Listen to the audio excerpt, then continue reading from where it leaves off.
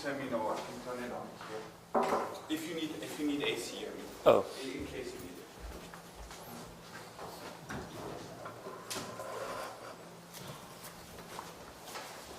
Hi.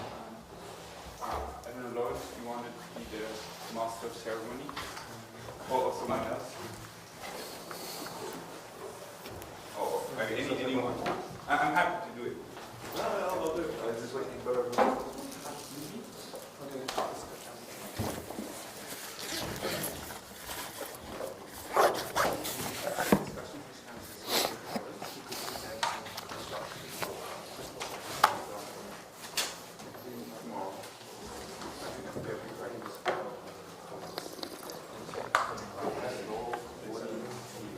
Right now, there's no. If you want, you can do it.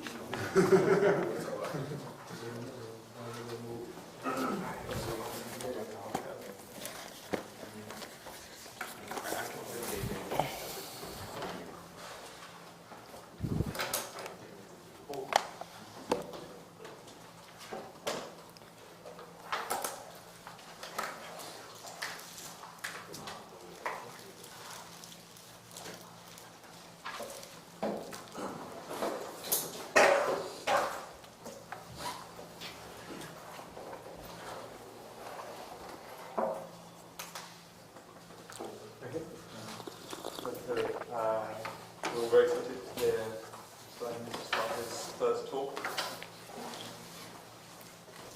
There's no title. Yeah. Only one title for the whole series. Okay, thank you. Yeah, thanks for coming back.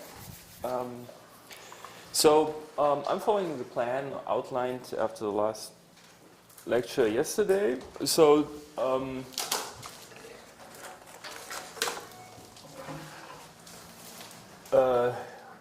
we'll start with, so that's lecture 3. And I'll start with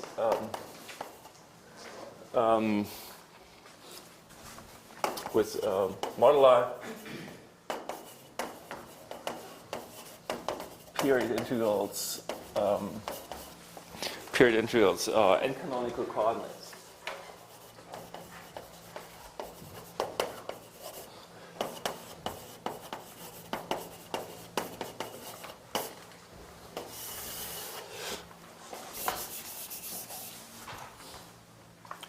So the first thing I want to talk about is log moduli. So at the moment, the way I've presented it, it's a completely discrete thing. So discrete in the sense that you start with some affine, integral affine data that is discrete, and then you push the button, you get a family. Okay? Push the button in your case means citing our Arnold's paper. And that gives a 1-parameter family. Yeah? But of course, if you have a little background in algebraic geometry, you know, the algebraic varieties typically come with parameters and families. So you can wiggle at the parameters, and that would be totally odd to just have something discrete. So where are all our parameters? And the reason is as follows. There's something, one of the subtler aspects that run throughout our papers are these moduli, certain twisting data that we call gluing data. So what can you do? The procedure as sketched yesterday, maybe I should, because I was pressed for time yesterday, maybe I should say a little more on that.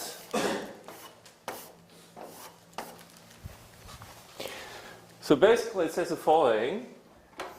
We have certain singularities of the affine structure. Let's say in 2 dimensions it's just a bunch of points.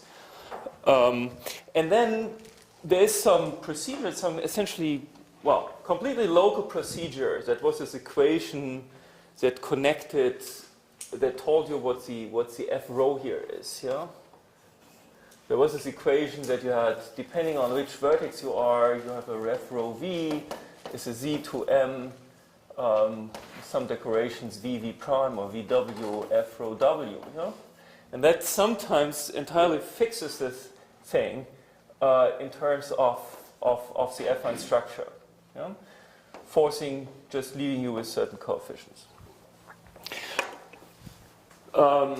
That's something I haven't told you. We want f rho v at this point v. It's a distinguished point. Let's call this, well, I should write this xv maybe, yeah? To be 1.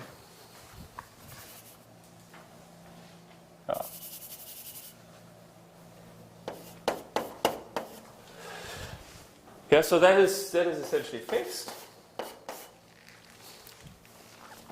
And then we start here, and I argued that if there will kind of propagate a monomial along here, because that's the way we are thinking of it.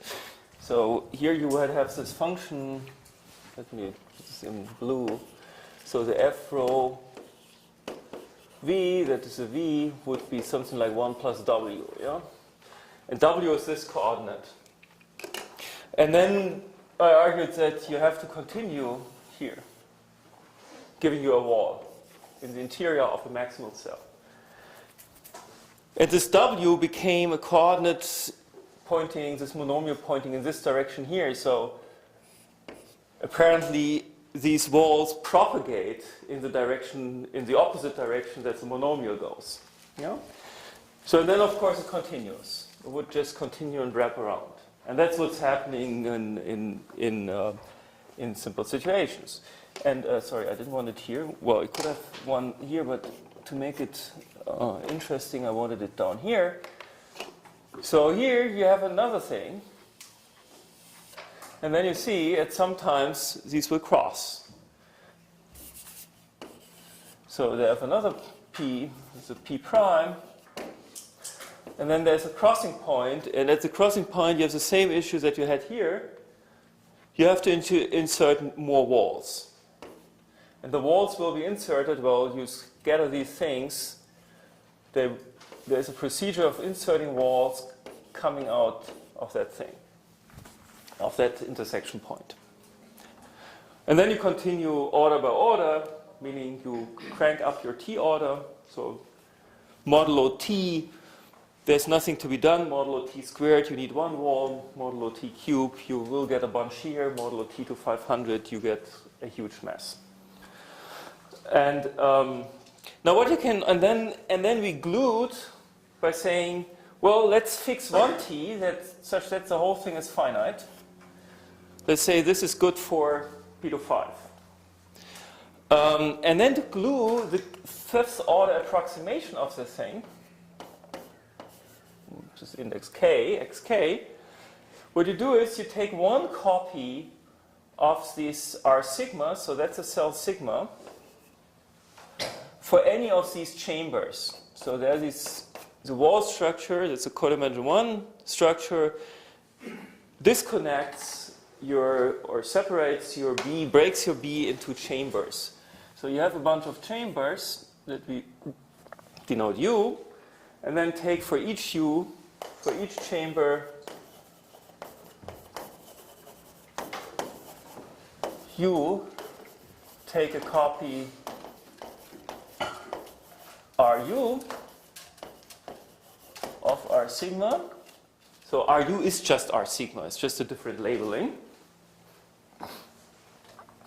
And then we needed one more model, namely, whenever we have a codimension 1 wall, we needed, well, you can see this here, right? So the walls will separate the a row, a codimension 1 cell, into a bunch of subsets. Yeah, there's also polyhedral decomposition given by how the walls intersect this thing.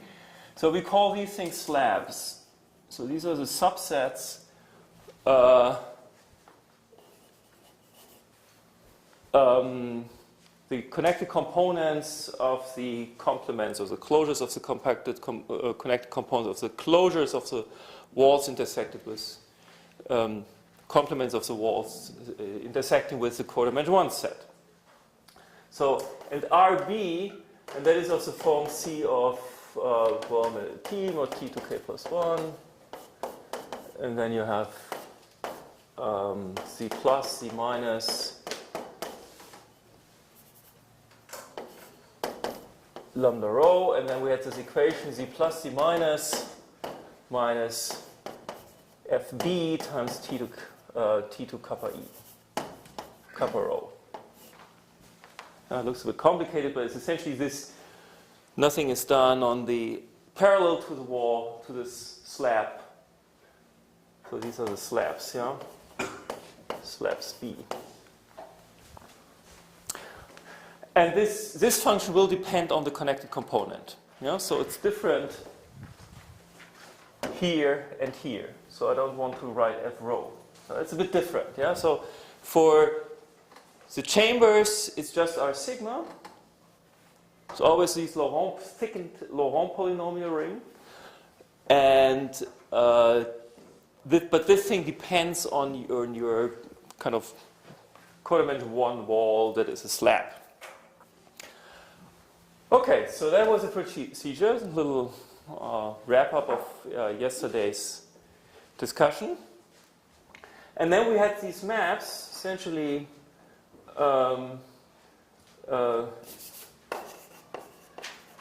now we have localization maps.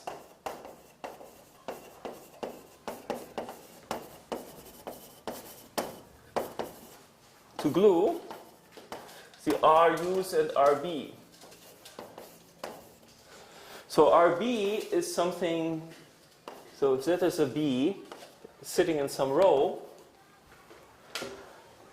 then the spec RB gives you a neighborhood of this subset, of this codimension 1 set. And then you have an adjacent maximal cell or an adjacent chamber, so that would be a sigma, and you have some U in sigma. So here you would have a spec R sigma. So the inclusion of this, well, that's misleading, this picture, right? Because we are working in Zariski topology, so this should actually be like this, yeah? So the spec R sigma is an open subset of the spec RB. And that's described by a localization map from RB to R sigma. B is the Codimension 1. It's the same, it's an open subset, or it's a locally, closure of an open subset, not an empty interior. So a row is decomposed, so let's say n equals 3. Yeah, then we have these bunch of walls. So that's a row, has dimension 2, and then the walls come in, yeah, and they will separate the row into various subsets. Yeah, so it's coming in and then it decomposes. So this is a completely toric thing. So this is monomial, yeah? So it just does something with the, well, you eliminate the minus, you have to eliminate it using this equation, this is kind of non-toric. But the other thing, the lambda rho is just naturally a subset of lambda sigma, and Z plus is also a monomial pointing into our sigma. Now the log moduli come in by composing this thing by an automorphism of R sigma. So the gluing data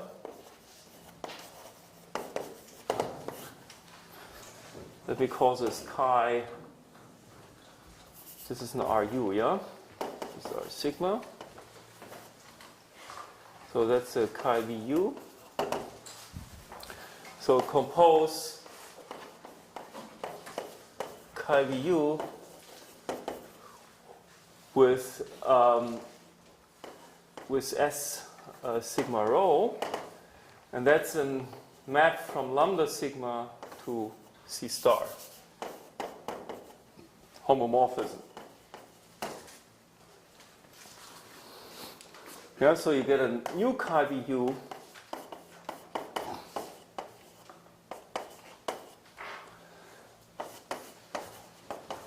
a bit sloppy writing this. I mean, this induces an automorphism of this Laurent polynomial ring that I also denote as sigma rho.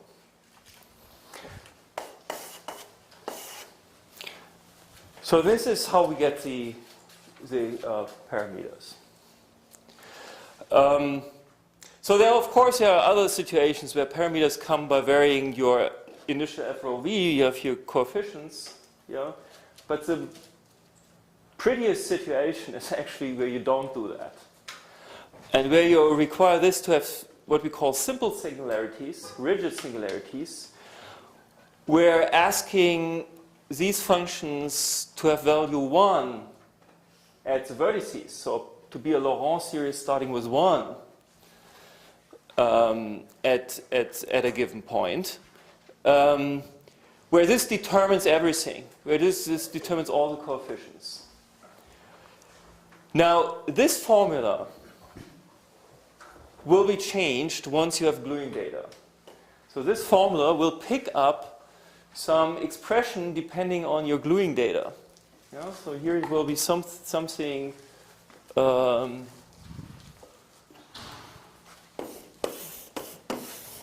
some gluing data coming in times some constant, let me call it C of S. Of course, that depends on also on rho S and rho V and W.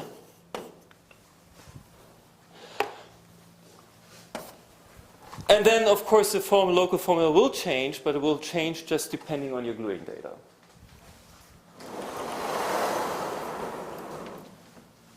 Does this make roughly sense? Questions? What does it mean, the composition? The composition. Okay, I said it, but I didn't write it. So this homomorphism from lambda sigma. So we had the R sigma. R sigma is a Laurent polynomial ring. Yeah, so that was this CT mod T to K plus 1, and then lambda sigma. Yeah, so a homomorphism to C star will induce an automorphism of this ring. And I'm composing this map with the automorphism of this ring.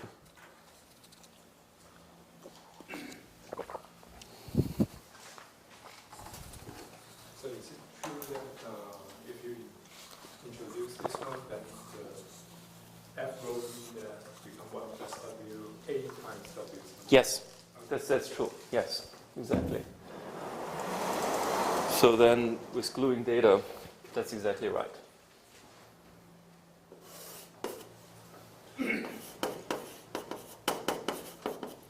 Plus A of S times W. Another question which I'm curious is, so when you pick the multi-value function, the phi or the phi check, you already determine the direction to smooth somehow in the complex modular. And what does I'll talk about this. Okay. If the question remains in like half an hour, you'll tell me. Okay. Okay. So and then there was this theorem that I already gave yesterday. So that's in the JDG paper in 2003 or so. That if you look at that, oh sorry, I haven't said this. I should put this here. So the gluing data. Oops. The gluing data on, well, you can imagine that the gluing data, that there's an equivalence relation among gluing data, because you can some gluing data are related by automorphisms of your toric pieces. So there are automorphism groups of all these toric pieces. It's not unique how you chop your x0 or the whole space. So the gluing data is also, you take modulo certain morphisms t sigma. Now we only have one relation, and t rho is a little more complicated. T rho, some sheaves that will come up in a second. And if you do that, you get a cohomology group. So maybe I'll put this here. So the isomorphism classes of gluing data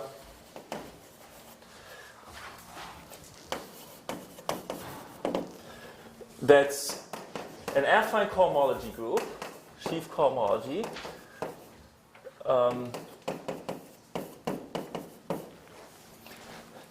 Let me introduce this notation now here. We denote this lambda check. So lambda check is just, so lambda is a sheaf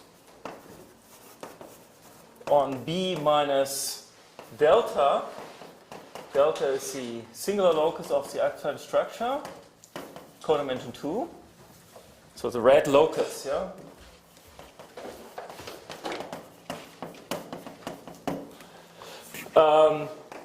Of integral tangent vectors.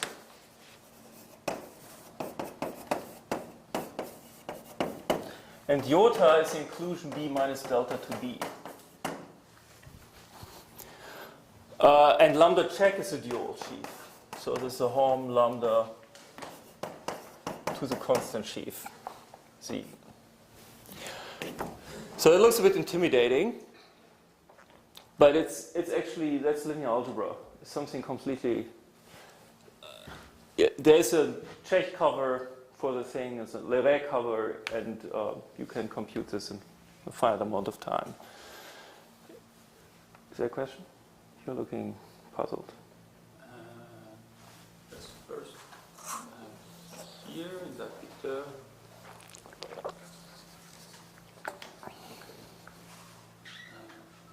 So spec of harmony correspond to the interior, not the small neighborhood, or does it? It's confusingly, it's a big neighborhood. So RB is bigger than R sigma, spec R sigma. Contains, it's a union of these two open interiors of the maximal cells plus the interior of the codimension 1 cell. Yeah, if you remember how we glued it, it was you took the two things and then. Now, second question. You said that it is linear algebra, theta.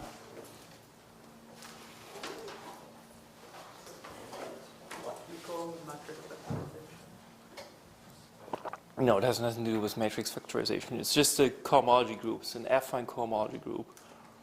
So B is a manifold, topological space, and that's a locally trivial sheaf on the complement of a codimension 2 locus. You take the push forward tensor, that's a tensor with over Z, of course. It's still a sheaf of abelian group, and then you take the sheaf cohomology. So, but what I was saying is that there's a nice cover of this B because this has this polyhedral structure, and on each chart you just take something like monodromy invariant covectors. So that's something you can compute locally, and then you get a finite complex. Just a complex of finite dimensional vector spaces. In this picture, for higher dimensionalization, so intersection is codimension 2 or codimension 1, The intersection is codimension 2, that's exactly right. In high dimensions, so in general, the walls are codimension 1, and then they intersect in what we call joints. What's the division of the arrow in codimension 1? The meaning of what? Arrow. The arrow. Oh, that's a good question. Yeah, there is always... For the slabs, there is actually no direction. So a slab typically, if you think about it, where did I have it? Like here. It will be just a Laurent polynomial, and it has, like for any, well, it looks something like, well, what are the, if you look at the formula up there with the z to m rho v v prime, let's say in the simple case, it would look something like the 1 plus, and then you take a sum, well, let's do this for the rho v first.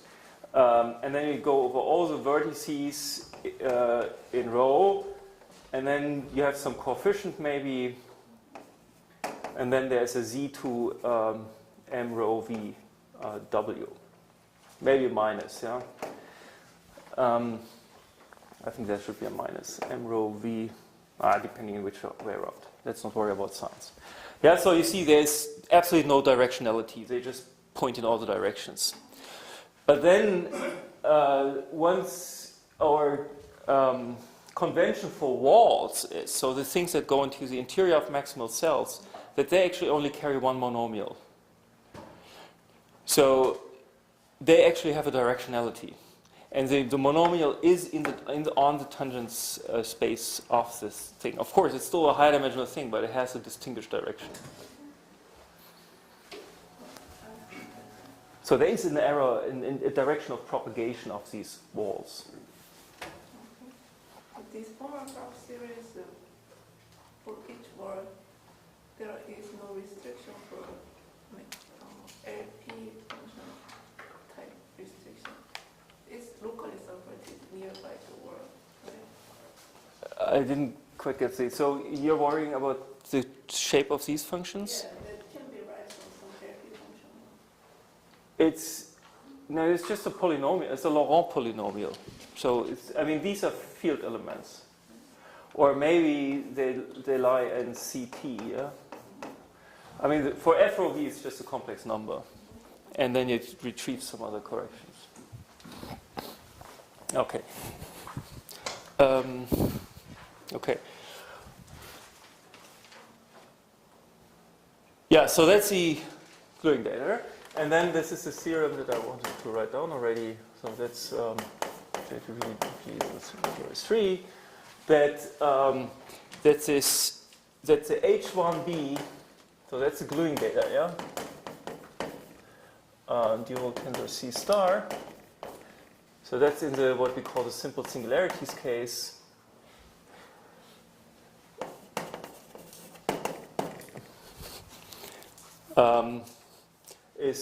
So in dimension 2, it just means you have only focus singularities, the things that I defined in the example.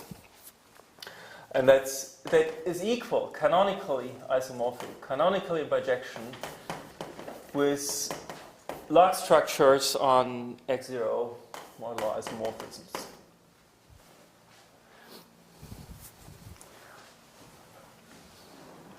Okay. So let's look at some example here. Let's look at the nicest case that you have for K3 surfaces.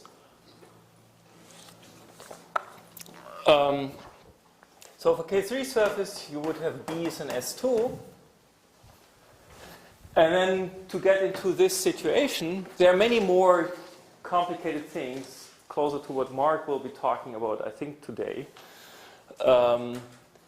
Coming out of his work with Paul Hacking and Sean Keel, and that we did together to study moduli of K3 surfaces.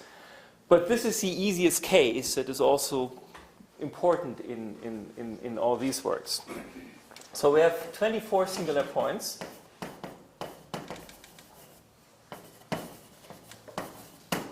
So these are these focus singularities with affine monodromy 1, 1, 0, 1.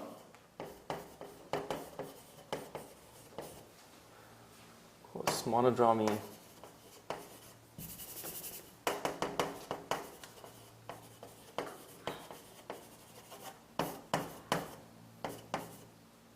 oops.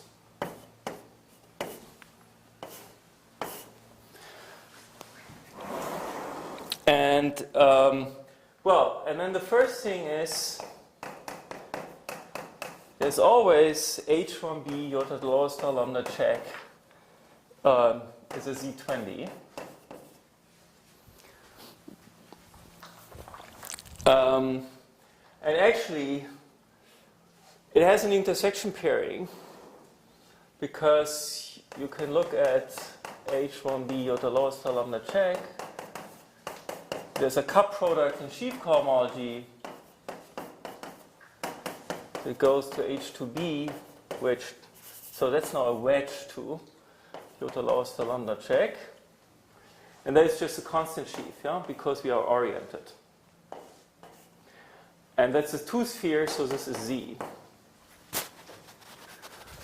And so the intersection pairing, with the intersection pairing as a lattice, we can also get this. And then, so more precisely,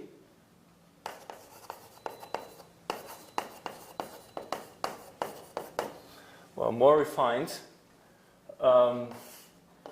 that thing is isomorphic to two copies of the hyperbolic lattice, and then two copies of minus E8.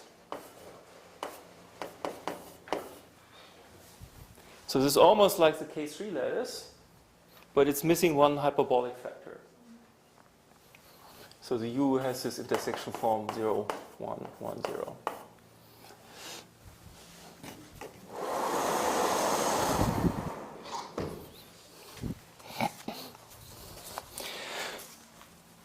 So in particular, by the universal coefficient theorem, this thing here is H1b iota lowest lambda check tensor C star. This log moduli is just a C star to 20. It's a 20-dimensional algebraic torus. So here you see the 20 coming up 22 times 8 plus 2 times 2. The 20 from log model, from Kähler moduli coming up here. But it leaves us with a little bit of a puzzle, because now it seems we are overcount. This is a moduli for just for x0, but now we still have a smoothing direction, so we get a 21-dimensional family. You know, so the picture is you have this C star to 20, and then for each point, that gives you the structure of, gives you a log structure on some glued toric thing. I mean, standard, just singular, non-normal variety, with a log structure over the standard log point. And then once you have this, you can run the, or said differently, you can represent this log structure by our functions f rho v that come out of certain gluing data. But once you fix these gluing data, you get a distinguished family. So that's our distinguished family.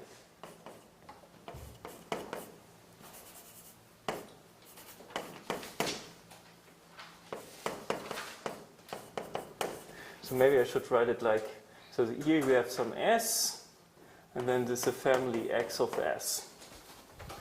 So the whole thing, and that lives over C double bracket T.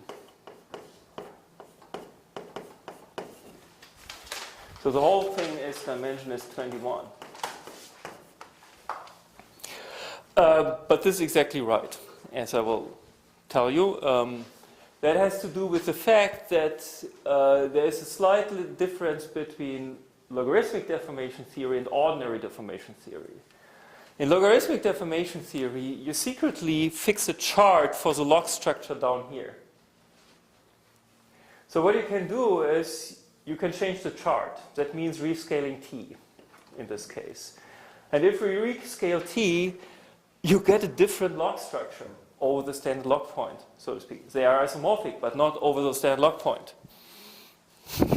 Okay, so secretly there is actually a C star action on the whole thing. That acts non-trivially on this fiber. And you can take a slice to this action if you want to actually get 20 dimensions. So explanation.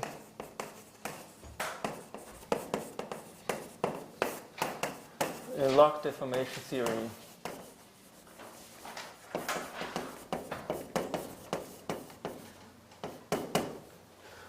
one fixes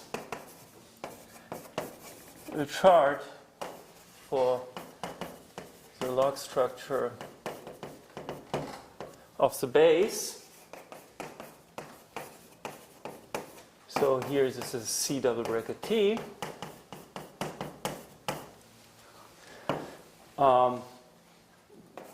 Rescaling T, or acting by automorphisms of this, changing the chart, rescaling T induces a GM action on this space. So let me call this space the space of the deformation S, yeah? Or maybe S, let's see, is this S? S on S. But this does not act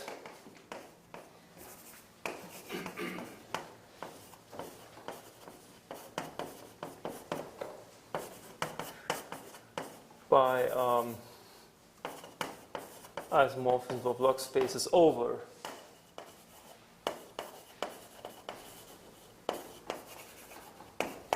C double bracket T.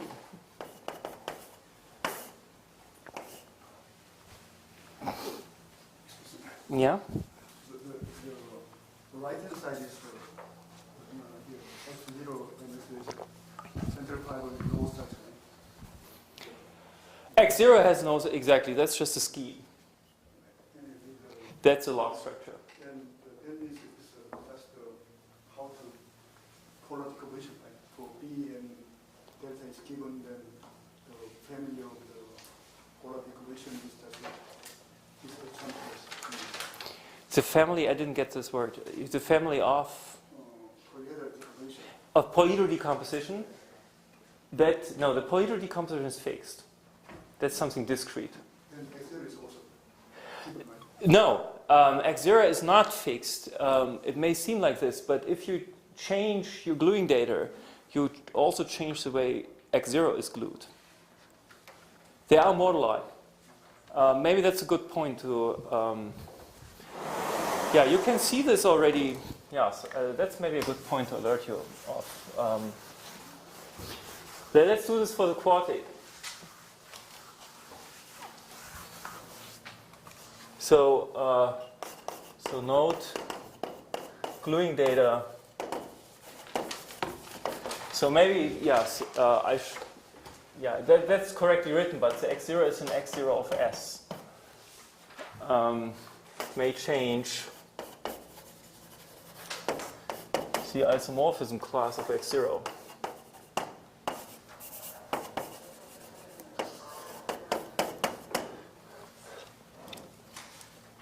Yeah, so example, and I learned this actually from Friedman's thesis. So you can take 4 copies of P2 and glue them as a tetrahedron. Yeah, so this is the central fiber of the dwarf family. The central fiber of the dwarf family is just, I mean, this embedded in P2, that's just standard glued. And you can convince yourself that gluing 3 such things, 3 P2s in the following fashion, actually has no moduli. Yeah, they can all be re-glued. That's just a standard thing. But then when you glue in the last bit, this is actually a singular elliptic curve. And you can convince yourself that it has a one-dimensional moduli. So depending on how you glue in the last P2, that changes. I mean, the last P2 meaning there are 3 C stars, yeah? So the last P2 is glued in by C star cube,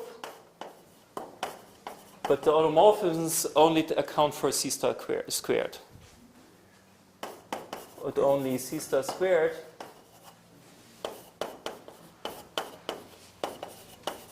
come, let me call this maybe Y, come from automorphisms of Y. So they extend to 1.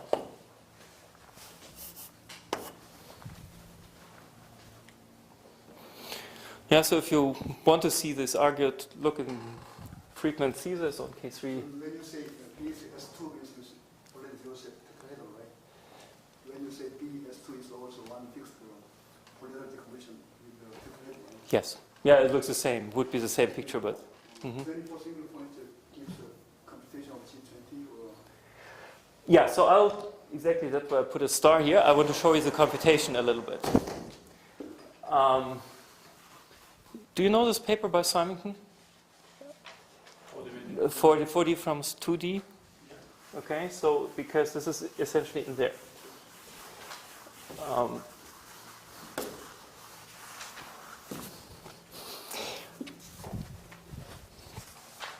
So the proof of this, let me show you how you get the thing. I mean, the first thing, I mean, you could just throw it in somewhere, but I'm claiming for any K3 surface with, for any S2 with 24 singularities, that is a correct computation. So the first thing you observe is that so first observe that, yeah, let's first note that this sheaf cohomology group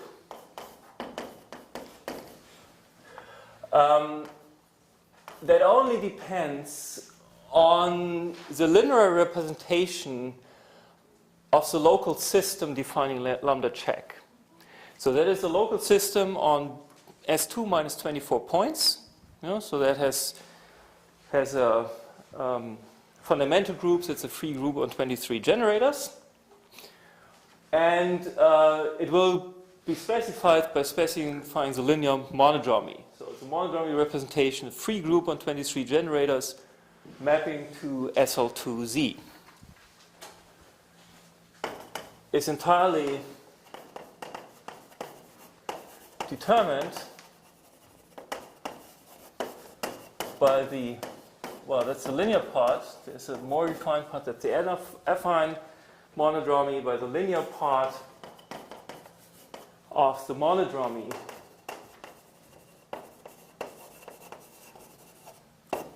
representation.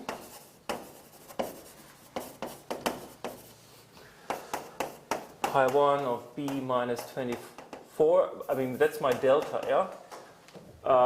To SL2Z, which is the automorphisms of some fiber.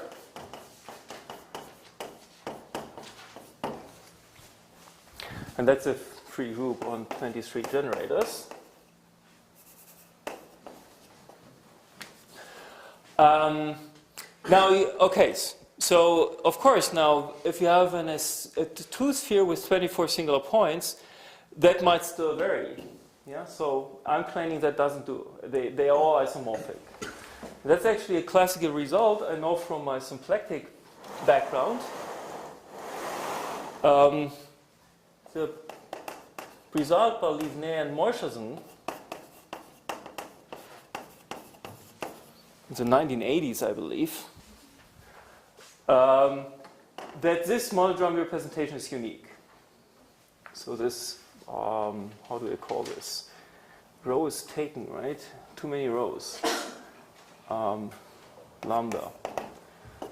Lambda is unique up to isomorphisms, up to equivalence.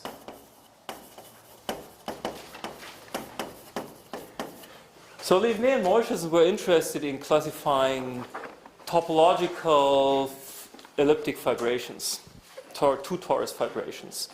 And that's the same thing. Yeah, so just like Mark explained in his first talk about the classical topological SYZ picture, you can build a topological torus fibration by this local system, and this is saying that's it. So that is saying that we can compute this group for one particular model. Okay, we can just take any affine structure and S2 minus 24 points and do our computation. And now becomes an exercise, and this exercise has been done by in the paper by Symington.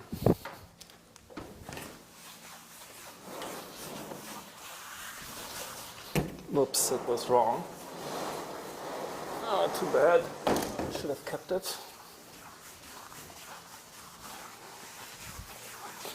Okay. So hence, H1 you have the lowest lambda check. It can be computed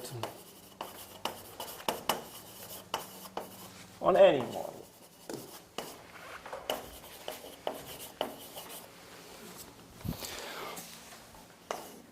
So Symington does the following. And I want to show it also to show you some model of affine structures that is very beautiful. So you take, of course, B as an S2, and you write this S2 as two disks. Let me call this B1, and then you glue along a circle S1, that's the boundary of B1 and B2. So they are both disks. So B1 and 2 are disks. And the S1 is the boundary of D1 and 2. So B1, 2 looks the same, and they have the following beautiful model. Take a big triangle.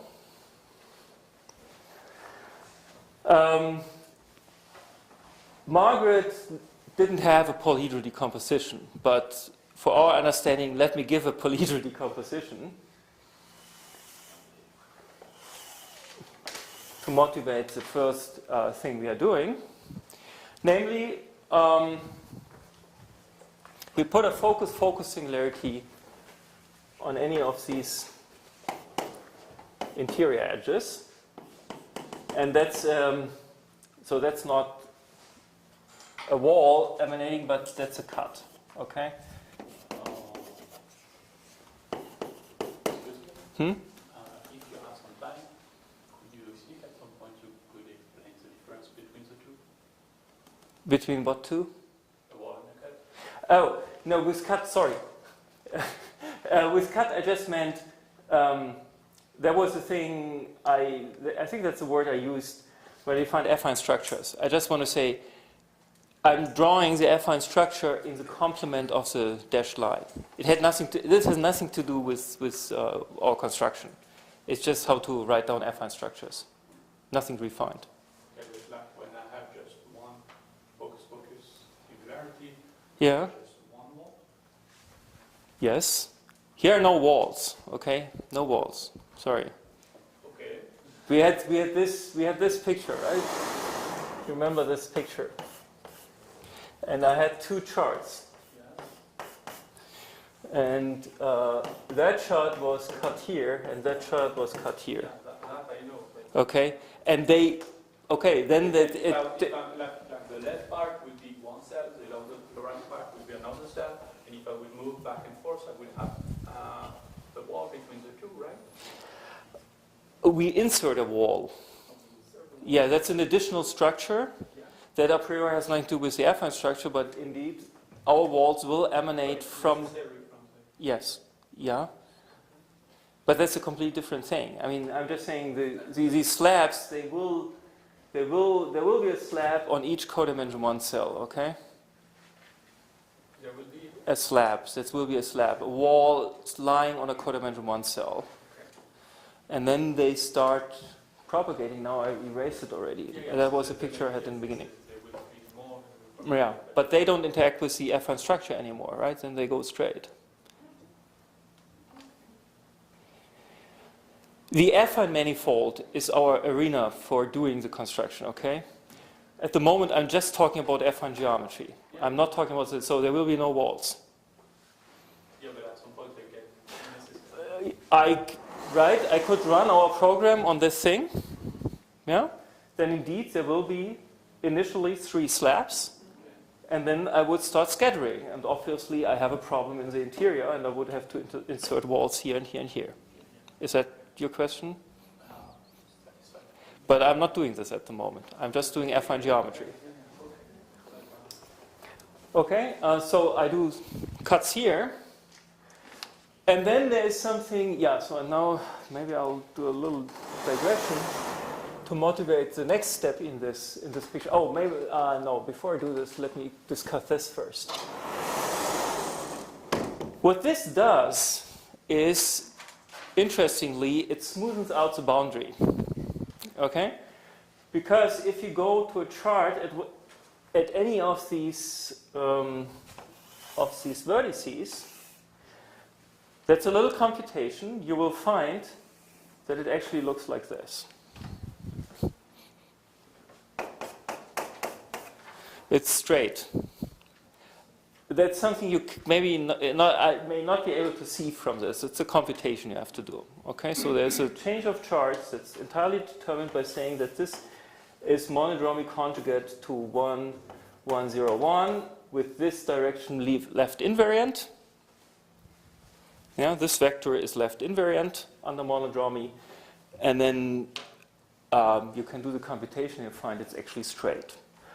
This is important because we want to glue an affine manifold without these kind of corners by attaching two such things along the outer boundary. So the boundary here will be a totally geodesic circle. It's actually, in affine geometry, it actually looks more like this, yeah? And then you have like a Mercedes kind of thing.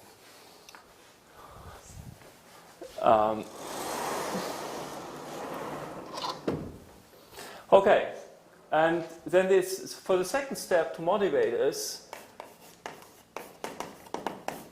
there's an example that you can do as follows.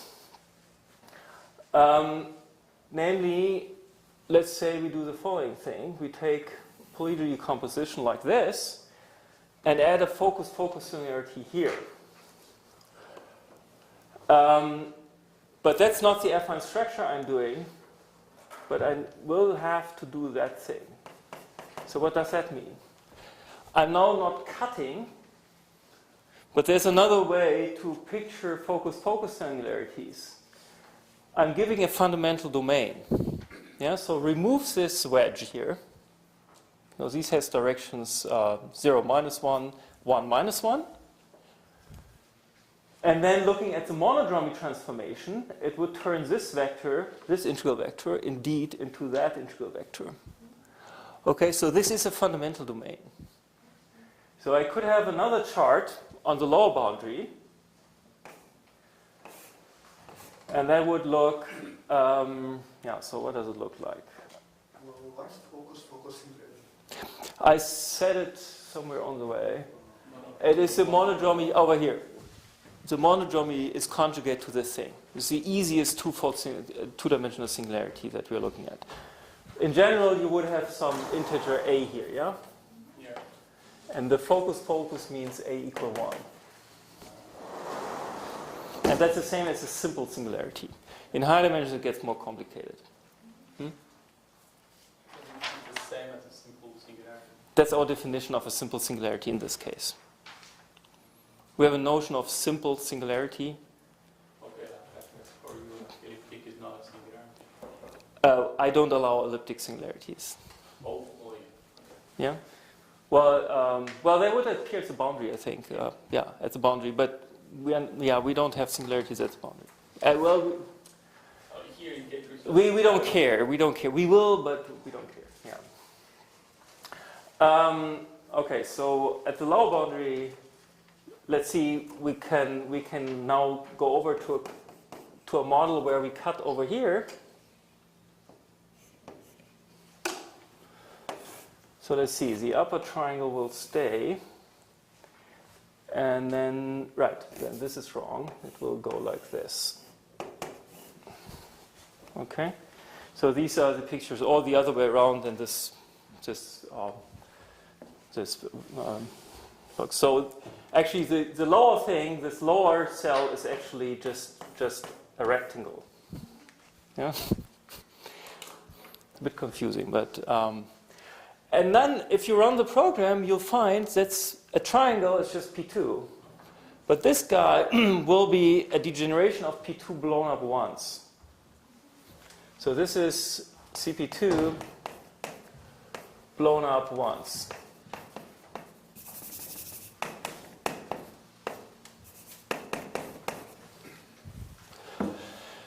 And then you can imagine you could add more such things and you will blow up more points. And that's what Margaret did. A completely topological picture. So you can, now of course she doesn't have a polyhedral decomposition, so I'm free to just add here my focus-focus singularities. And I'm indicating with this kind of thing what the invariant direction is. And you add here, now you need 8 things here. Actually, you will need 9. But in her model, there are 8 on this side. But you could put 9 here, to be honest. So just for you, if you want to look up the paper, that's the picture she's giving. So the paper is 4D from 2D.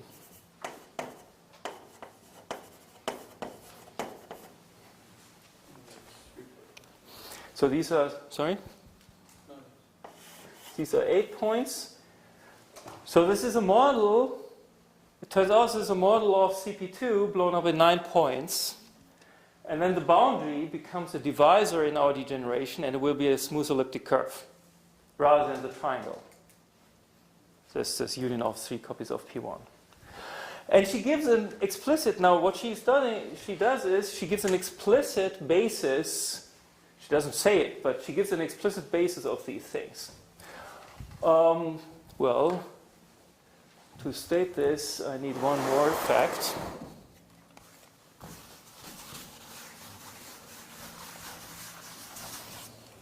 Well, there are many ways to argue. Also, there's an isomorphism with what we call a tropical 1 cycle, a group of tropical 1 cycles. So this is with Rodot. So it's more generally, but in this case it's elementary. You could prove this for this case in general. So what is this group? It's a sheaf homology group.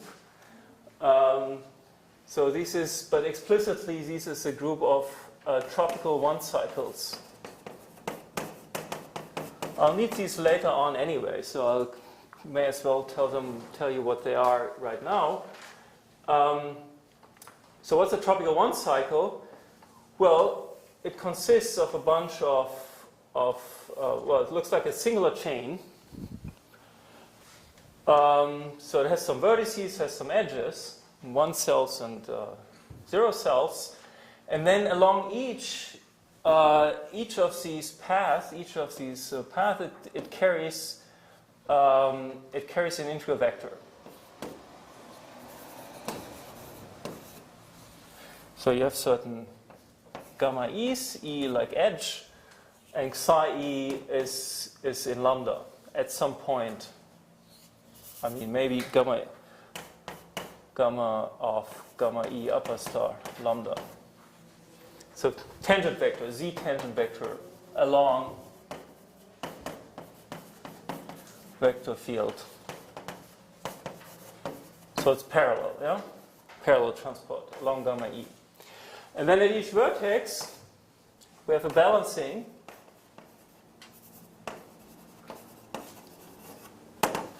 So for any vertex v, we have an equation sum of over all E containing V, all the adjacent edges, all the adjacent paths. That's the psi E. Well, there's an orientation also, right? So we have to orient these things. So there will be a plus minus psi E 0.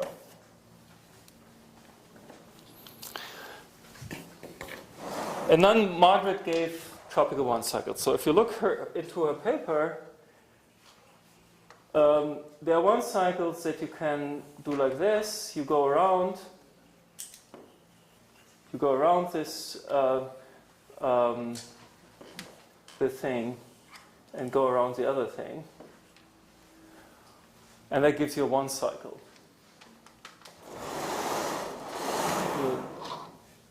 Need more space here. Let me see. So, right, I can put this here.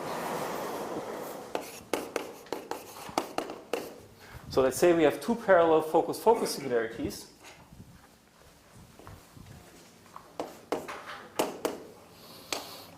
Yeah, so with parallel edges, let's say we have these wedges here. And then another exercise will show you that you can do the following. So let's see, that's the invariant vector, if I remember correctly. Now here you have to be a little careful because here there will be monodromy.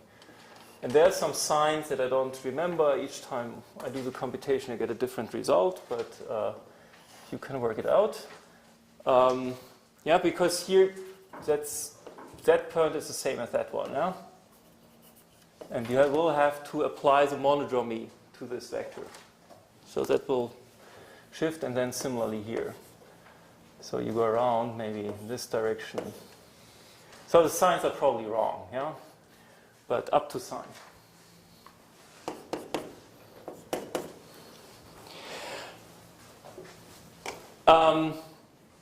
I'll show you later a little later in this talk, well, I have to hurry up, how to get 2 cycles out of these, or more generally n cycles. And that's the n cycles that Margaret is using. Well, why don't I do this now? So from a tropical cycle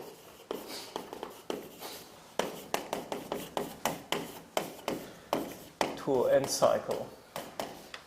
So on B, on x0,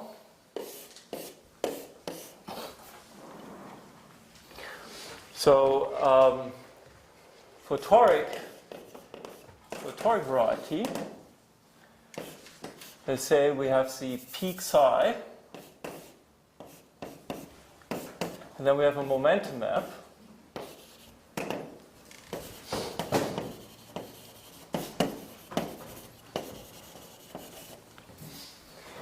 And inside here we have some big C star to n. And you have heard in Mark's first talk that a good way to view this is as taking the cotangent bundle of psi and dividing out the dual integral lattice. You know, that exhibits C star to n as an real n-torus bundle over the interior of the momentum polytope. So let's see, there should be an interior somewhere. Let me put this here. Maybe I should just write psi 0.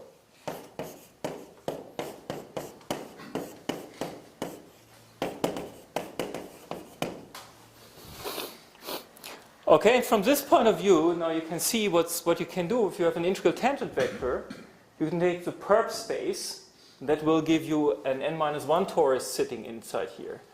So this C star to n also acts on it. So there will be a real torus, so u1 to n, my real torus. And if I have some integral tangent vector, I will get xi perp, and that will be an n-1 torus.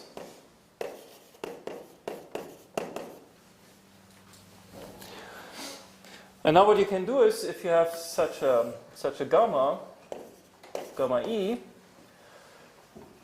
well, there's a natural lift to peak psi. So this is in psi, this is in peak psi. And the lift is by taking the positive real part. So any toric variety has a canonical section, or a canonical real subspace, that maps diffeomorphically to the momentum polytope. That's a positive real locus. So this is maybe set, so let's see, that's the positive real locus, P plus in peak psi. So for P2 it's just the ones where you take the tuples with all positive coordinates. Positive real locus.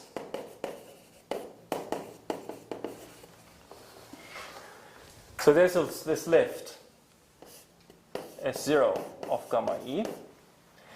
And then you let your torus act, this psi perp act.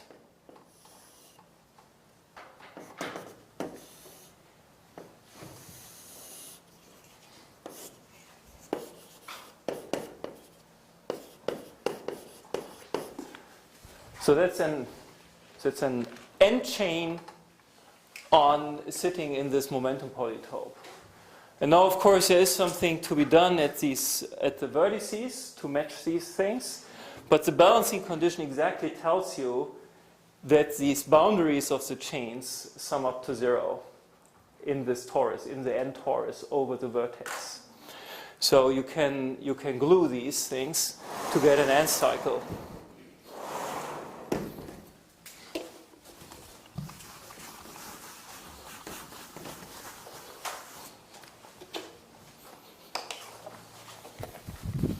So the balancing condition assures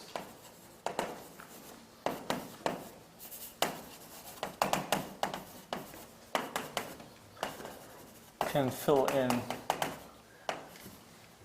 N chains over vertices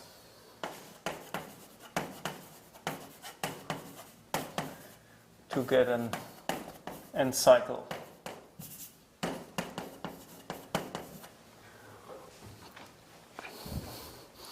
Yeah, so this is a map from the H1. So that would, yeah, I mean that's a bit silly for peak psi, but similarly, we have for x0, which is a union of p sigmas, sigma in p max.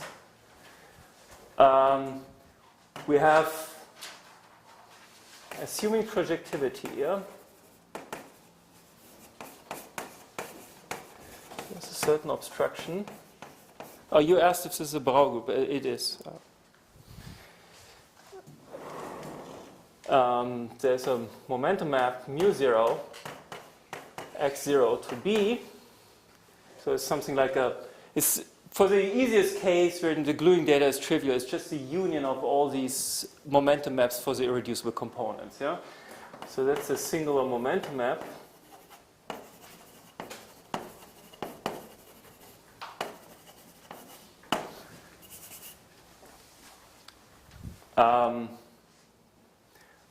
I mean, has to be taken with care a little bit. Yeah, it's not the classical momentum map.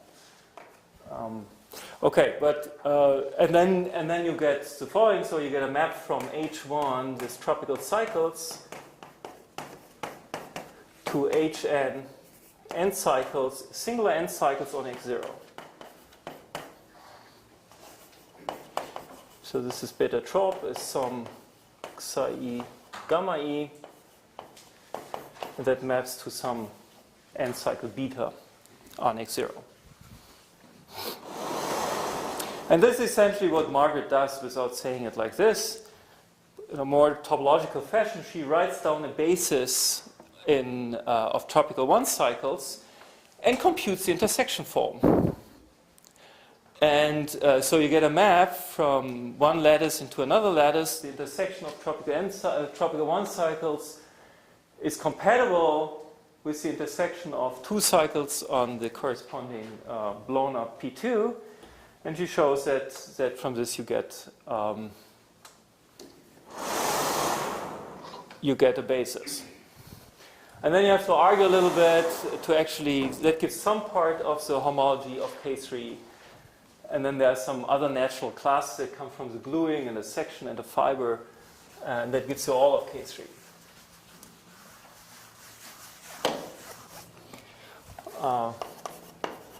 Now Symington gives gamma 1 to gamma 9 for this model for B12 and computes the intersection form. It's gamma I dot gamma j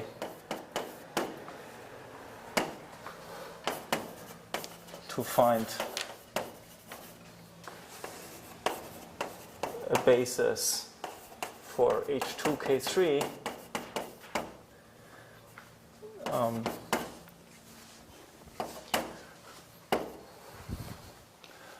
of the form that I claimed. And that's already erased, I think. Yeah. Yeah, so this has a section and a fiber class. Fiber of the momentum map, and then we have u direct sum 2, and then the minus E8 direct sum 2, and that comes from the H1 dot the lower star lambda.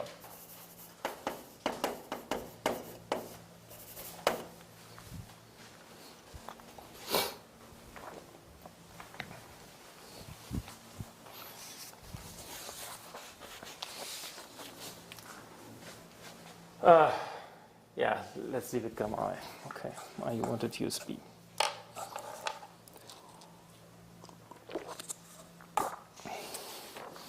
Okay, I'm running behind schedule again, but I also talked about stuff I wanted to talk later. Okay. Right, I essentially gave the moduli, and I've already started with the periods.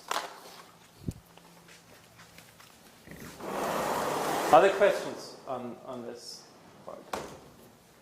How can I think about this log moduli compared to this complex moduli? Is it certain kind of go up at large temperature?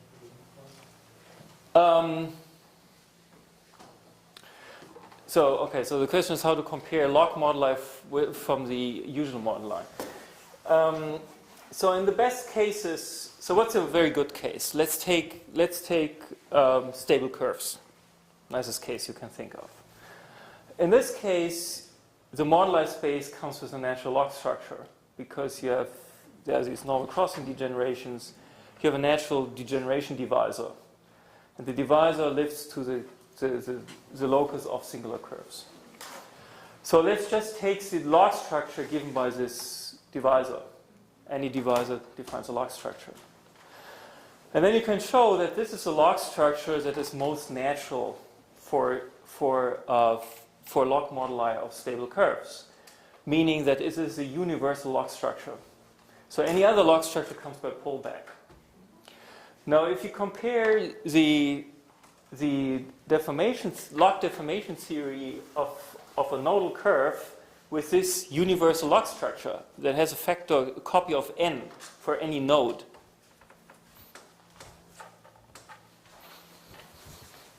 yeah, so log moduli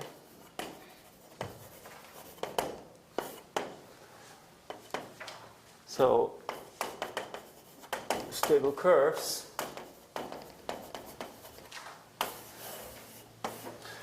yeah, so then this has maybe some ordinary moduli that comes from changing the homogeneous components, but then there are two moduli that capture logarithmic information that come from the nodes. So this thing will live over A2 cross some other factor, cross something S prime. Yeah, so in A2 you have the log structure xy equals 0 that defines the divisor. So I should view this as follows.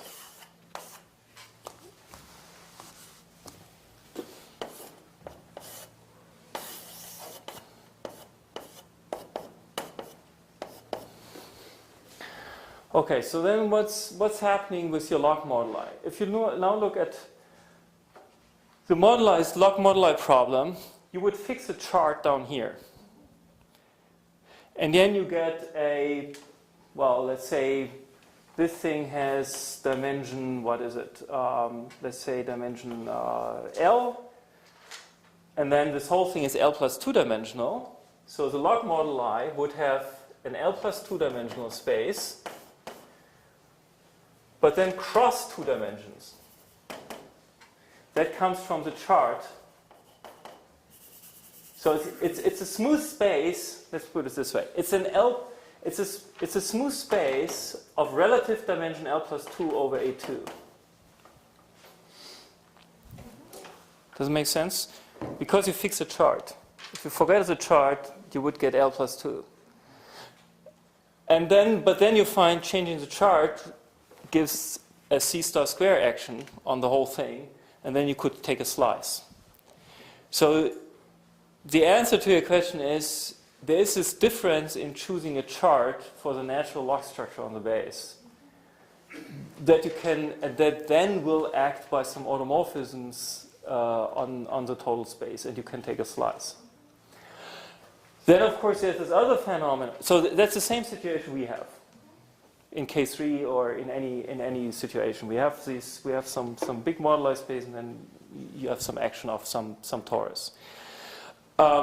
There's, of course, the other phenomenon that you can see in Friedman's work on K3 surfaces, because if you have a D semi-stable K3 surface, not sure if you know about it, there's a normal crossing thing that is actually carries a log structure. Okay, so that's classical known as a D semi-stable K3 surface. And then he showed that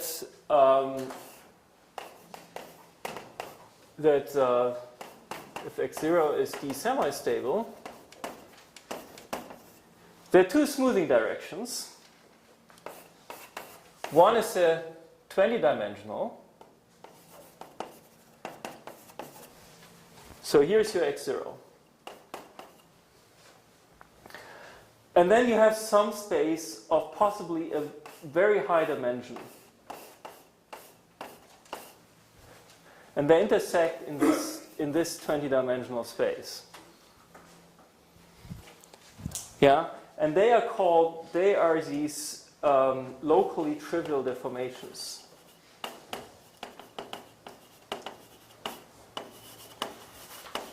So the explanation from log geometry would be they destroy the log structure. So they are kind of regluings of or deformations of your irreducible components that happen to not support a log structure. So if you move in here, that will destroy the log structure. If you move here, that still keeps the semi-stability. That will be a log smooth deformation, but not once you go in here. So there are two things, two differences. One thing has to do with the subtle difference between preserving a log structure versus forgetting the log structure.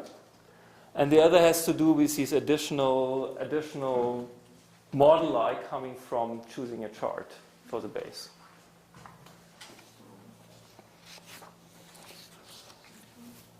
So can I consider these n cycles coming from the tropical cycle as some kind of dual of the class in the polyvector field cohomology? Dual to the Cohomology class in the polyvector field. boo. I think we are in the.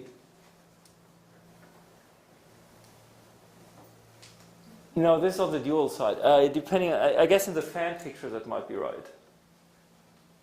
So lambda, these are monomials. That's closer to differential forms in to polyvector field. But in any case, there wouldn't be any much poly in there. Yeah, it has. Of course, it has something to do with it. Because I'm guessing that this cycle somehow gives you a coordinate in the moduli space. Yeah. Right? As an integrand of the. Yeah, but polyvector fields would measure something more refined.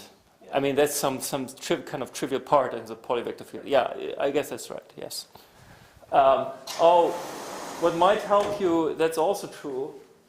I mean, there are many things we know and I cannot tell you about. It's just an introduction.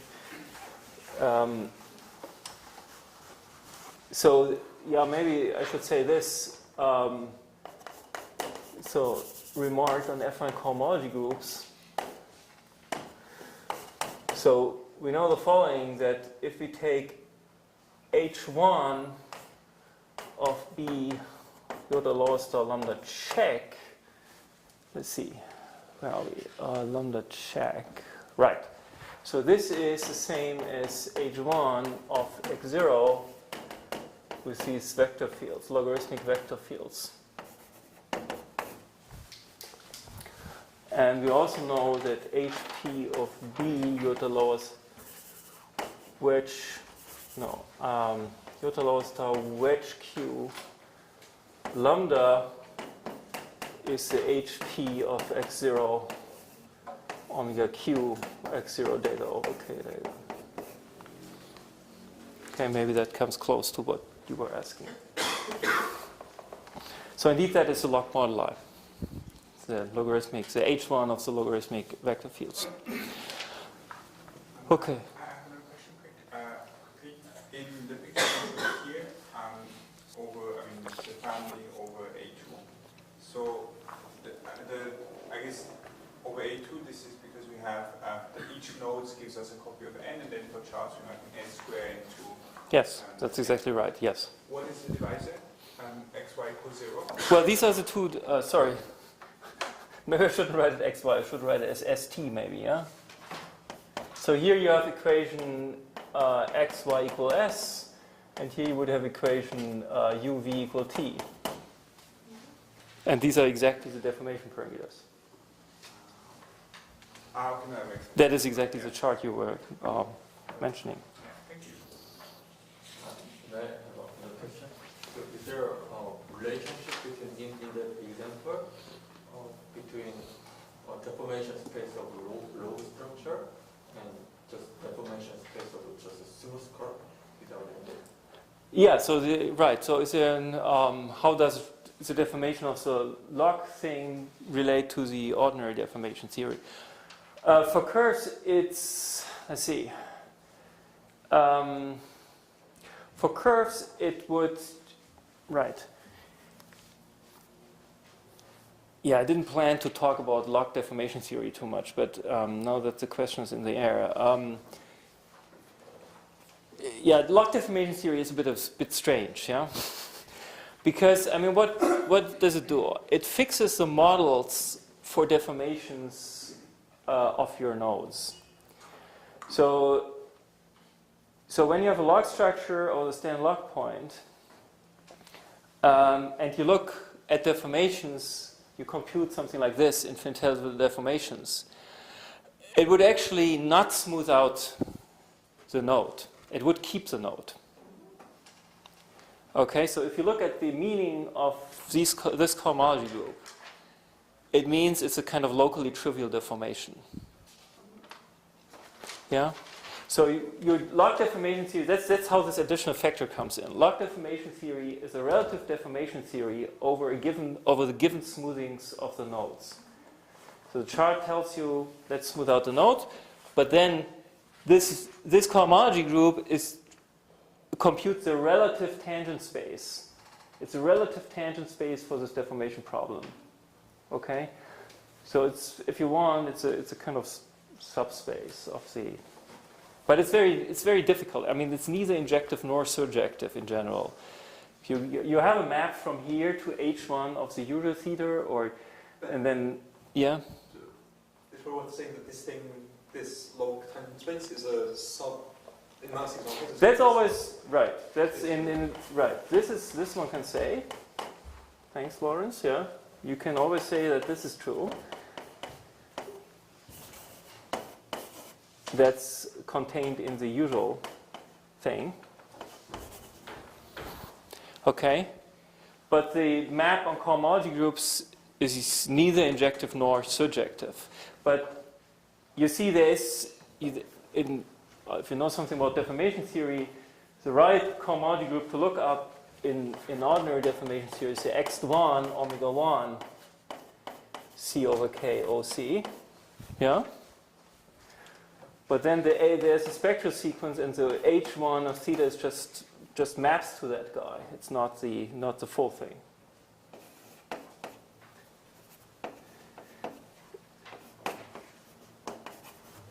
And then, of course, you still have this map, right? So this comes from the local to global X spectral sequence.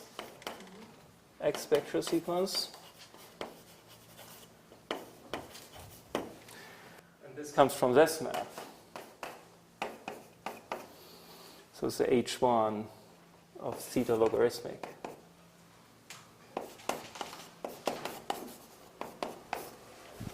Yeah? So it's just slightly different, yeah? So log moduli problem, there's a forgetful map from log moduli to ordinary moduli. but it's sometimes difficult to tell if what the behavior is. For example, in K3 example, so if you know deformation of a log K3, then you cannot tell anything about deformation of smooth K3. Well, you can, yes, this way around this works. I mean, like when we have a model in logarithmic geometry how to smooth, you know that the ordinary thing also smoothes, but it may not kind of generate, let's say, yeah, this is a good example, K3 surface, right? If you look at the ordinary deformation theory of X0, that's obstructed. Yeah, it's a non-smooth space here. It has big dimensions. It's a huge space. This X1 group. It's a huge space. And then you look at the logarithmic deformations, exactly the sequence. You see you get a 20-dimensional subspace. And where one dimension is kind of just rescaling the chart. So there's a kind of smoothing the speed.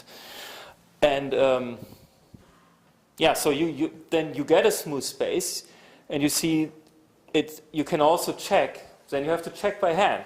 Is this map injective? If it is, then you're in business, and you can say, okay, this has a smooth Zariski tangent space, and there is some subspace that has something, some good property, and maybe you can establish a picture like this. Yeah, but you have to study it if you're really interested in understanding the relationship. My point of view would be, why even studying ordinary deformation theory of X0? I mean, typically these non-logarithmic deformations, they are not the smooth ones. Yeah, you don't care. This is kind of this garbage. This is an artifact that you try to smooth in a wrong direction. The good direction you want to smooth in always carries a log structure. Yeah, you want the smoothable ones, and they carry a log structure. The rest is garbage.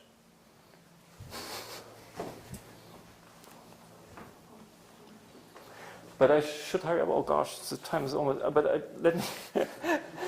So I'll have to go 5 to 10 minutes over time. I'm afraid. But I want to give you at least a formula for the periods. So which blackboard was I working on? I think I'm back to this thing here. But actually, I need this. Maybe I'll keep this, and I also keep this. And I just continue here.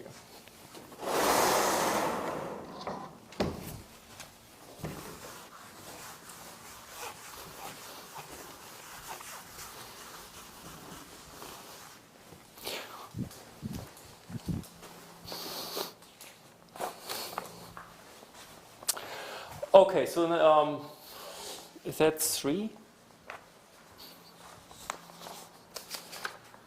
Lost a bit track of numbering. Yes, 3 is periods. At least that was my numbering I intended to do. So the first thing is that our family is spec formal C double bracket T. I'm going back to one smoothing direction. You could add parameters if you want to. It comes with a holomorphic n form.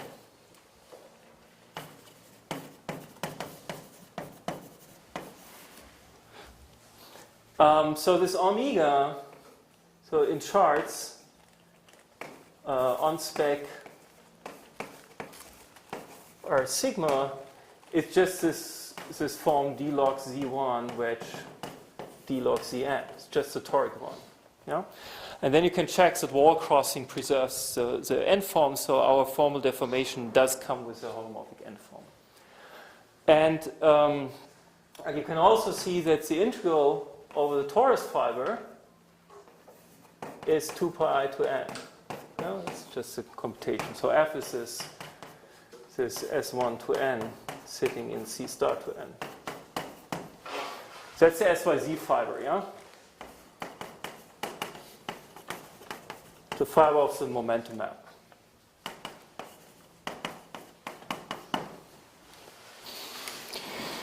So in particular, if I take, in particular, whenever if we have some tropical cycle H1 B iota lowest to lambda. Well, first I get a beta 0, which is an n cycle on x0, single n cycle. And then I can extend this n cycle into a family of n cycles at the expense, well, that won't work entirely continuously correctly on the whole disk, over the whole disk. But it works if you take like real 1-parameter families. Yeah, so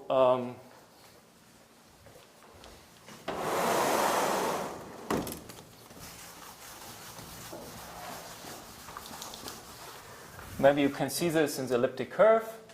So here you have this nodal elliptic curve.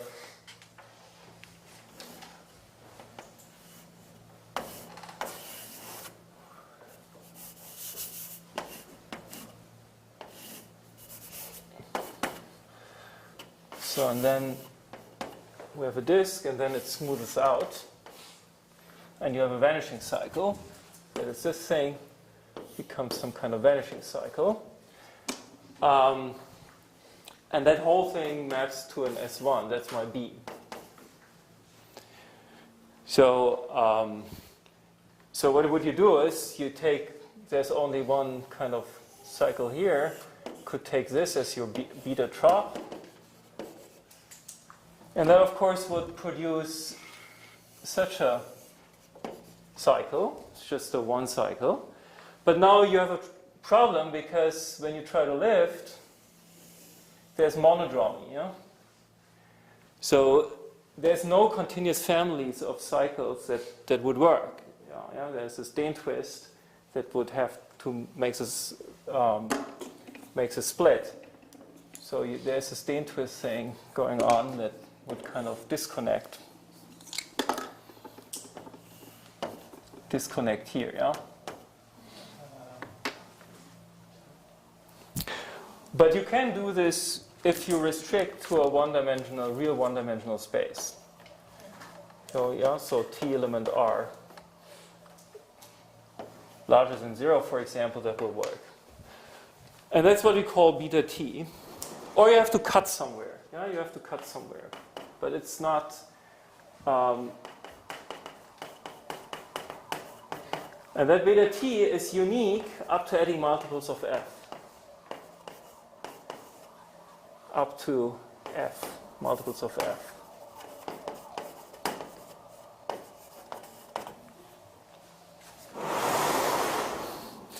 So, but in particular,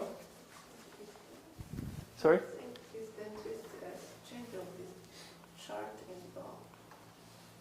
The Dehn twist changes the chart. Which chart? I mean, this chart in the fixed loop chart in the base. No, this is just no. That's log smooth. That everything is fine. No, there's no problem here. It doesn't change anything. That's just that's just given by xy equal t, and then that is a Dehn twist, yeah, locally. It's just a log smooth thing. Okay, so in particular, we can form the following integral x 2 pi I of the integral over beta t omega is well defined. And that's the kind of period integrals we can do. And we have the following beautiful formula. I mean, so explicitly, if you have, let's say, a degenerating family of K3s, you do this computation, you get a holomorphic function on the base. And if you know the classical computations in mirror symmetry, you do such computations to write down the mirror map. And it is a non-trivial change of coordinates that you have to do involving some hypergeometric functions and inverting and so on. And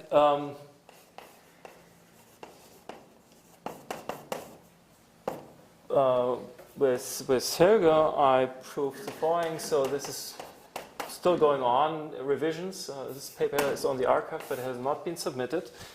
We have a much better version of the paper now. Should come on the archive, hopefully this year still. I'm getting more and more defensive in making promises. We can compute this, and it's monomial. It's monomial in the t parameter. So there's some factors that I'm going to explain. So that's just a complex number. And then there's a t power. And the power I can also explain.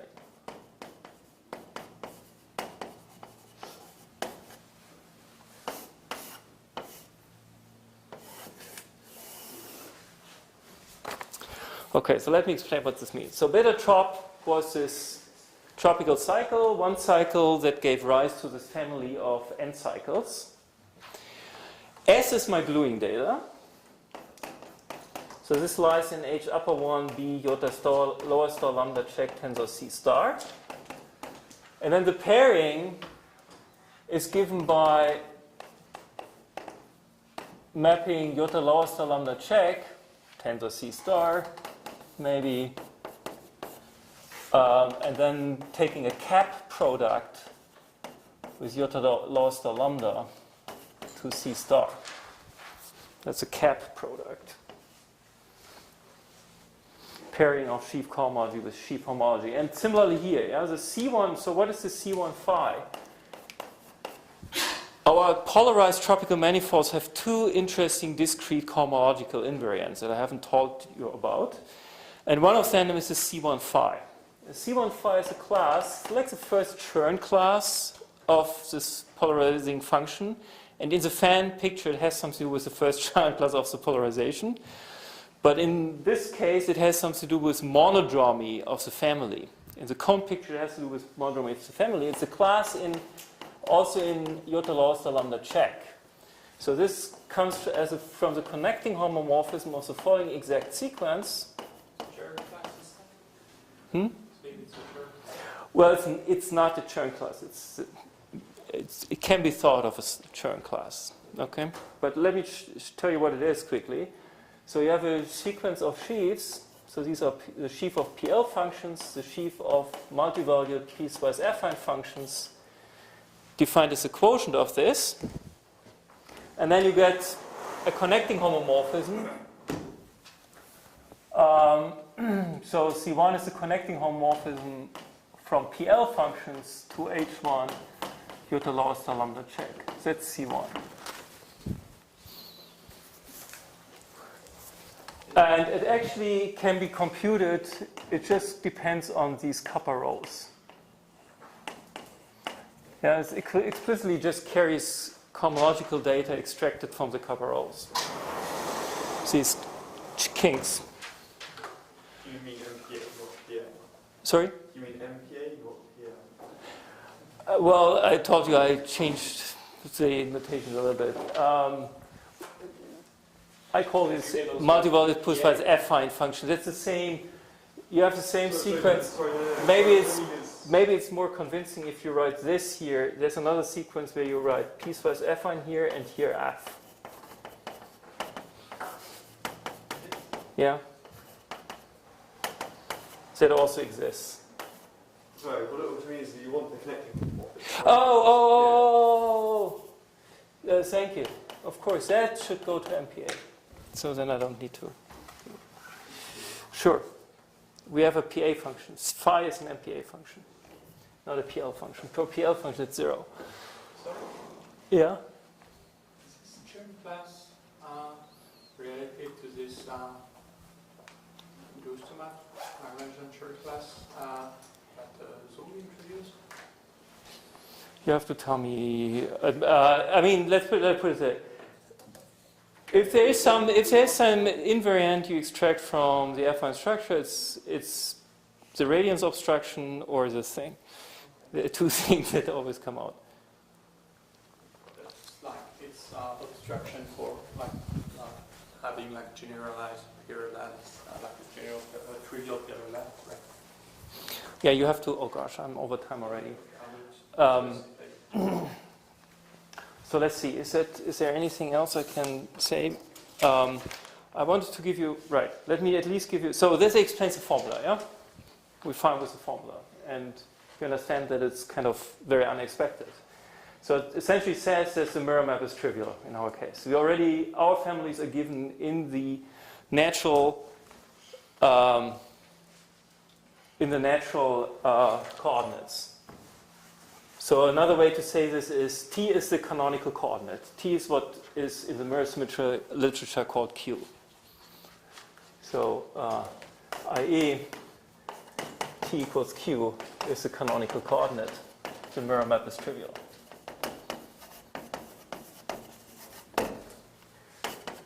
The mirror map is trivial.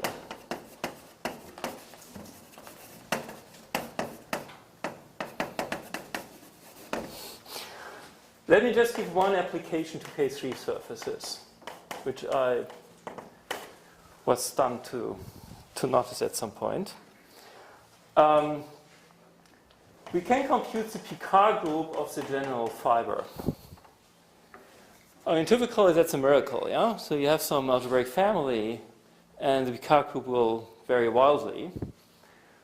But here, so what is this? You have to, of course, that's the same as understanding H11 with integral classes, yeah? Takes the integral classes in H11 for a K3.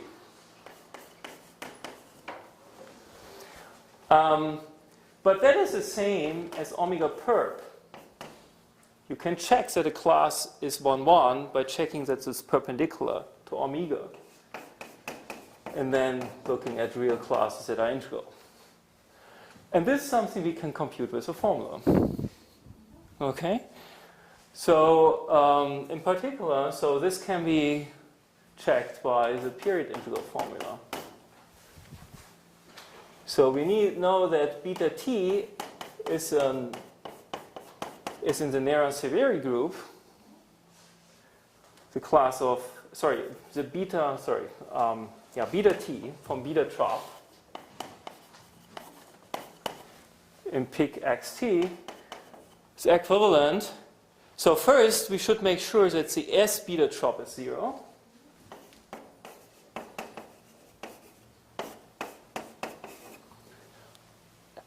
I mean, we want this to be 1, yeah? And, S be 1 multiplicative 0. And then the C1 phi should be perp to 0 and phi.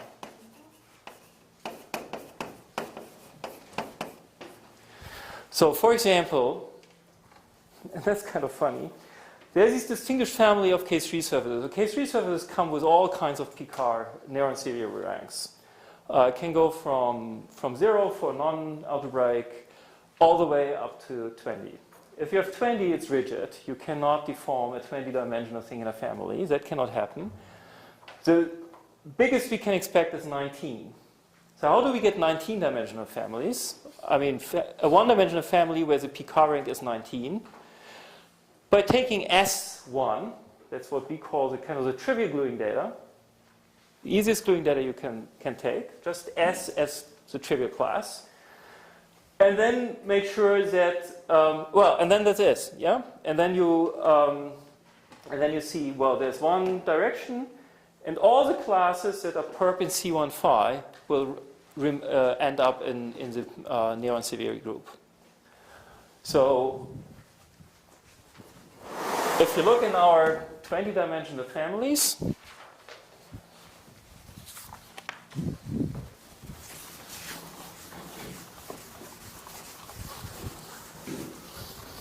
yeah, we had this picture that was 20-dimensional and then all these one-dimensional things. And there's this distinguished point here where S is 1. And that family here, that has Picard rank 19. And these are beautiful families produced or studied by Dolgachev, Poulin, and Voisin.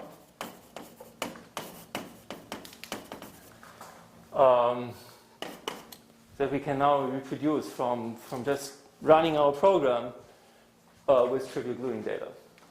Okay. I'm heavily over time. Sorry about that. But I think now I've essentially covered what I wanted to cover. I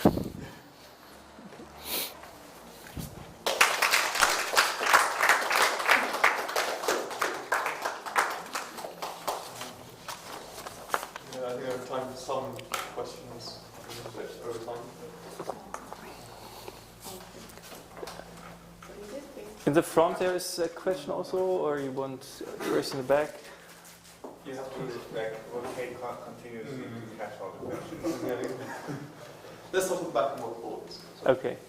So if you could make an analytic family from this kind of family, and you can now consider about the vanishing cycles, or not. We can, right? So I didn't say this. Another application. They are analytic. Okay? Yeah? Do they give you weight mixed monodromy structure? Weight monodromy mixed structure on a homology group, and is that coincides what the usually is? Yeah. So in we have this paper in Journal of Algebraic Geometry. This is part 2 of the very old paper already, where we give the Hodge structure. Where is it? Already erased again. Where the affine, where we proved these cohomology groups things that I wrote down.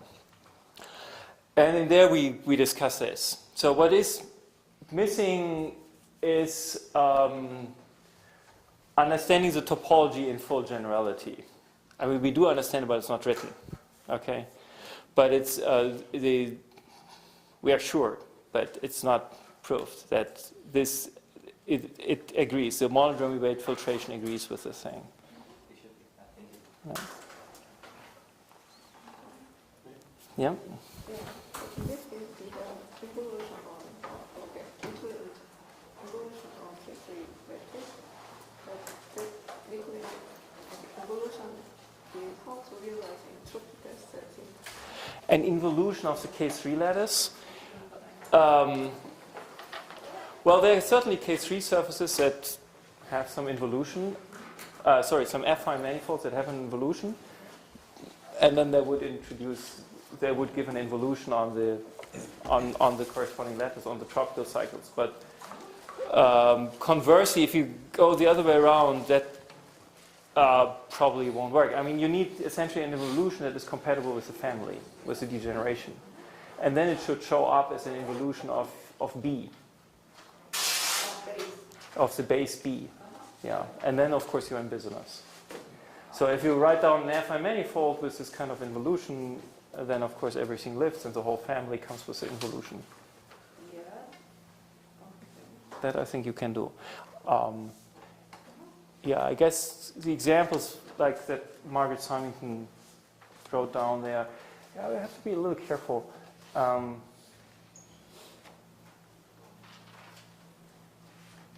There are two kinds of involutions one can consider. But anyway, yeah. Maybe we can talk later, yeah. Maybe another question. So, if I understand correctly, the mirror map is, the coefficient of the mirror map was supposed to be some like a variance, something like this. And, you know, and your mirror map is trivial, yet in your... No, I think there's a misstatement of so the Gromov-Witten invariants are not contained in the mirror map. Like the open ones? Or No. Well, okay. No, that's also not true. No, the but the inverse mirror map? well, there is an open version of the mirror map that has something to do with open Gromov-Witten invariants. But the traditional thing, if you want to do closed Gromov-Witten invariants, there are two types of period integrals. And one takes care of this coordinate change, and the other does a computation of the Gromov-Witten invariance when expressed in canonical coordinates. Yeah. So in high dimensions, we are lacking this the first computation, if you want. Yeah. So that would be a computation, for example. Well, this is its computation where I integrate over tropical 1 cycle, but they are high dimensional tropical cycles. And the extreme case would be integrating a section, for example. There's a section of the SYZ fibration, and we would want to integrate that thing. So, for example, for local P2, that's the computation that is missing. I mean, in specific case you can do it, but doing it systematically and extracting this information from the wall structure is not clear at this point.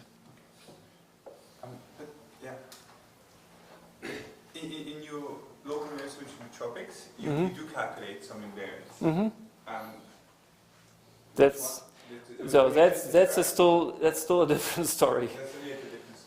That I have totally ignored. So there is a normalization condition. Yeah, if I had a little more time, I would have shown you what the decisive integral is that you have to do here.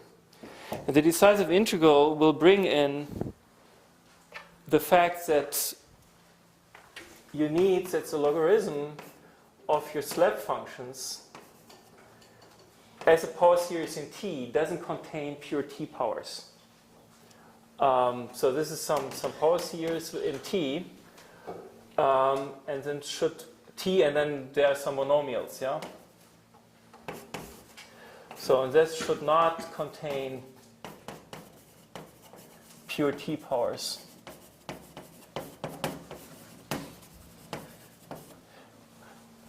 Yeah, so that's necessary for this Puris integrals. Yeah, that's crucial for period integrals. And what we observed in this already in the Annals paper is that this condition that requires to do something by hand. So you need to introduce forces to change FB by some power series in T. So for example, local P2, mirror local P2, you have some equation UV equals 1 plus x plus y plus t over xy. Yeah? There may be also some times t or something. And then, so that would be your f. But that, if you do this, that's not true. So you have to change it, and you would turn this into an f plus g of t. And it's the coefficient of this g of t that carries these open invariants. Okay, so that's a slightly different story. It's related to this mirror map, but it's a different story. But what you said is maybe a future version of this paper that the 2019 version might contain a high dimension period, which would then calculate. Right. 2022. Who knows? Yeah, that's right. Is that the normalization condition? That's a normalization condition. Normalize the integral of the torus fiber. Say it again. So it is the condition to normalize the integral of the torus fiber. Let's see, is that right? No, the torus. No, that's true in any case. That's true in any case. Is it? Yeah. No, that's true in any case. This has to do with the form of the base change. Yeah. That doesn't give anything, because any of these other coefficients, let's see, is that true? No, that was. Oh, wait a second. So the maybe it has something to do with it. Yeah, maybe you're right. Only the pure T power will appear in this integral of the torus fiber. That is true.